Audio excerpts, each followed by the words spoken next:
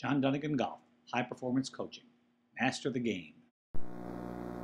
Okay, folks, here we go with our ball flight quiz. What I would like to do first is just review the target line is the white line, the path of the club is the blue line, and the red is the face angle. Please recall, the club face is way more important in determining the takeoff direction of your golf shots than the club path. The club face with an iron accounts for 75% of the ball's takeoff direction, and with a driver it's 85%. Okay? The path gets the rest.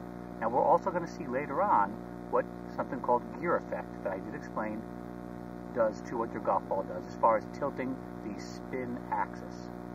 Okay, now you may know, I hope by now, that if the club path goes out to the right of the club face, the ball should curve left. Now I know it's real hard to make out that pink shadow. Okay, so let me show you the actual trajectory of the shot. The ball took off right about on the target line and curved to the left. Okay, now let's go back here and take a look at what our numbers have to say.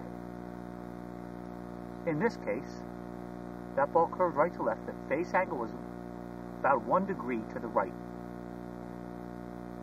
The club path was 1.8 degrees to the right. Now right over here, I have thrown in a metric called the swing direction. Now the swing direction is very different from the club path. They are not the same thing. Okay? And this little baby right here, attack angle is the difference. Swing direction does not account for the downward or upwardness of the swing through impact. So, although on video it would show us with an almost dead square path, because I hit the ball 2.5 degrees on the downswing, if you're hitting down the golf ball, it moves the true club path out to the right more. So because of the 2.5 down, my swing direction that we would just see on the video camera moved 1.8 degrees, another degree and a half outward. So now what we have is the face is to the left by 1 degree of the path. Now the ball launched 1 degree to the right, barely to the right. Okay? That's between the face and the true club path. I'm going to go ahead and get rid of swing direction, because I think if you don't truly understand, that gets to be a little confusing. But that's why you could hit a golf ball with a square face and square path, but if you're hitting, let's say, down on the golf ball 5 degrees, you're still actually going to draw the golf ball. But for every degree downward with an iron, it's about a half degree outward the path moves. And for every degree downward with a driver, it's a full degree outward. Okay? So it makes our path look different than it really is.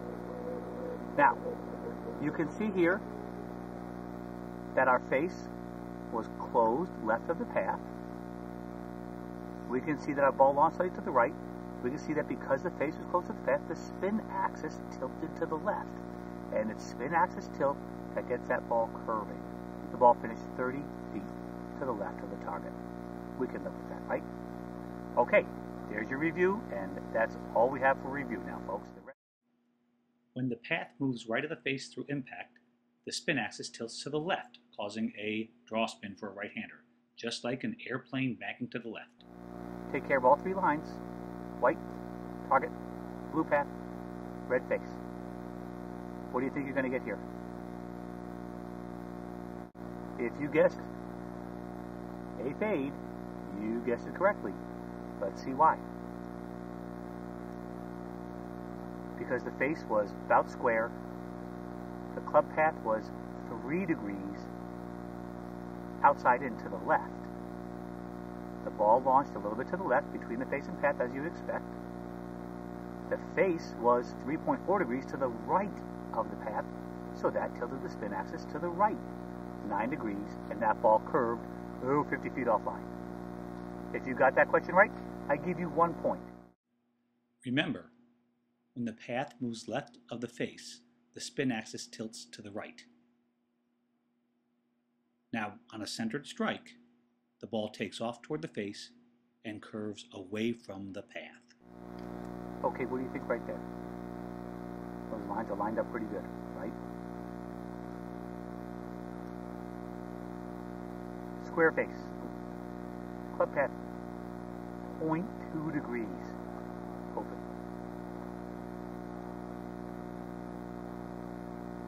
Attack, almost 5 degrees down. What do you think is going to happen to that golf ball? A gentle curve to the left, a whopping 11 feet left. So this ball right here shows you how very little difference it takes to tilt that spin axis. Now, not very much. The ball's only 11.5 feet left. We can live with that. Okay? If you got that one right, 2 points. Here we go. Okay, last one. What do you got? Target line, path, face. Hopefully by now you guessed a soft draw. And there it is. That golf ball finished a whopping 2.5 feet to the left. Now, unfortunately, when you're out there playing golf, you're not going to have this detail, are you? So guess what? We're getting rid of it. Okay? And what I want you to do is start telling me what those numbers are. Haha! That's going to be kind of hard. That's okay. I'm going to show you the ball flight, and I'm going to see if we can guess what caused it, looking at these trajectory screens.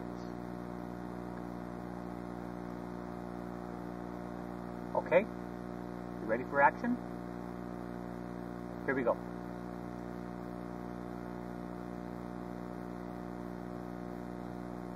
Okay, if you guessed face left and path left, you guessed correctly. Also, the face was closed relative to the path, left of the path, so the spin axis tilted slightly to the left. The ball finished 46 left. Very good. If you got that right, I like it. I give you 5 points for that. There's what it looked like. There's what it looked like in the other. Okay? Let us move on. Okay? What do you have? What was the face? What do you think was the path?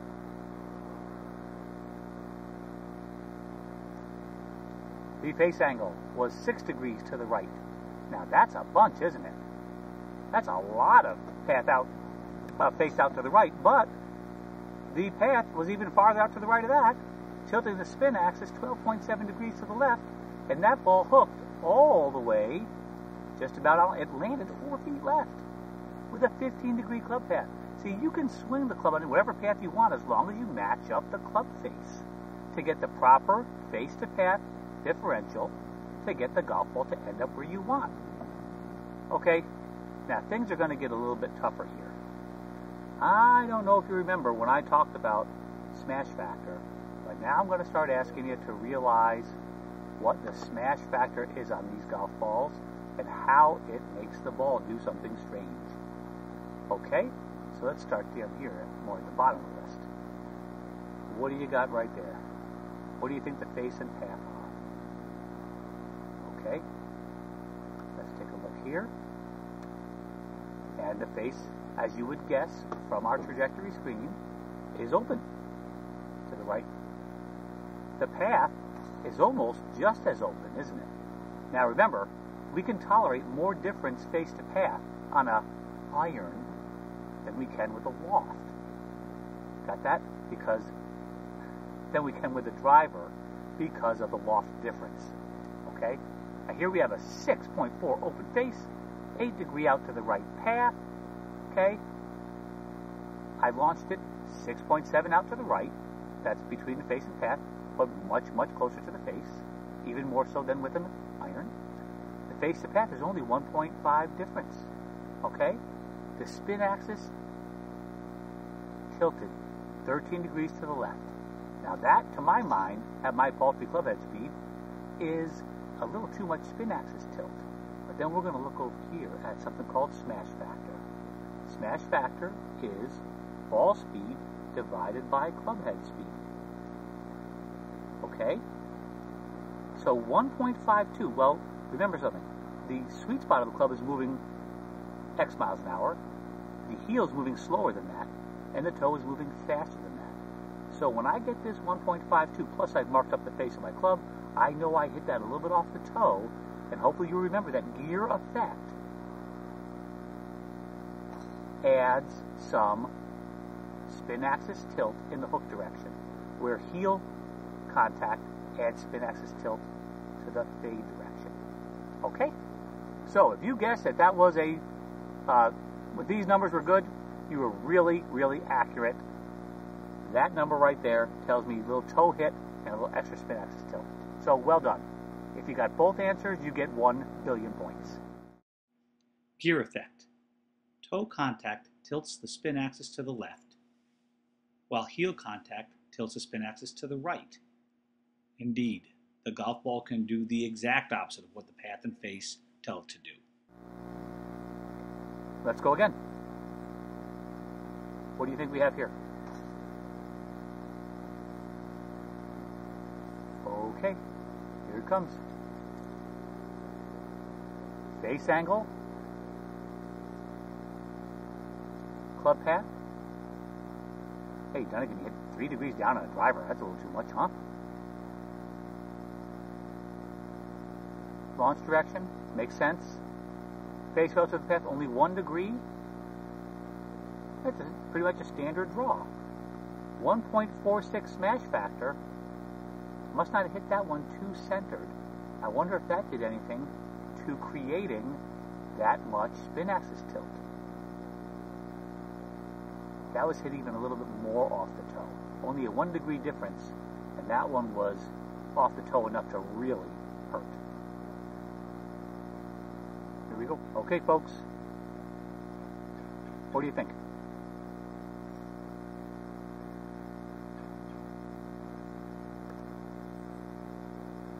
I hope this picture surprises you. The path is out to the right of the face. The face is almost dead square. This is the reason I'm such a big advocate of people understanding centeredness of hit is face almost square. Path well to the right of the face. The 4 degree difference face to path. This ball should do what, folks? Face is left of the path. It should hook. Now, if you got this one right, I will give you 16 trillion points. Attack angle, don't worry about it. Launch direction, yeah, that's about right. Face the path, I get that. But the spin axis tilted to the right on a hook swing, folks. What happened? 1.43 smash factor. This one was hit about a ½ inch toward the heel. And that made this golf ball actually do the opposite of what it should have done by 104 feet. Isn't that something? What a big deal. Please understand gear effect. Please mark up your face all the time when you practice so you know where you're hitting that ball on the face. Please, you'll learn more. And this is the kind of swing, the reason I'm showing you this one, this is a swing I see a lot from my students where this ball should be drawing but it's fading and it's driving them crazy and they're trying to fix the swing when the swing is not really the thing. Okay, last one, and the test is over. I hope I didn't go on too long. Okay. You see our starting direction and our curve.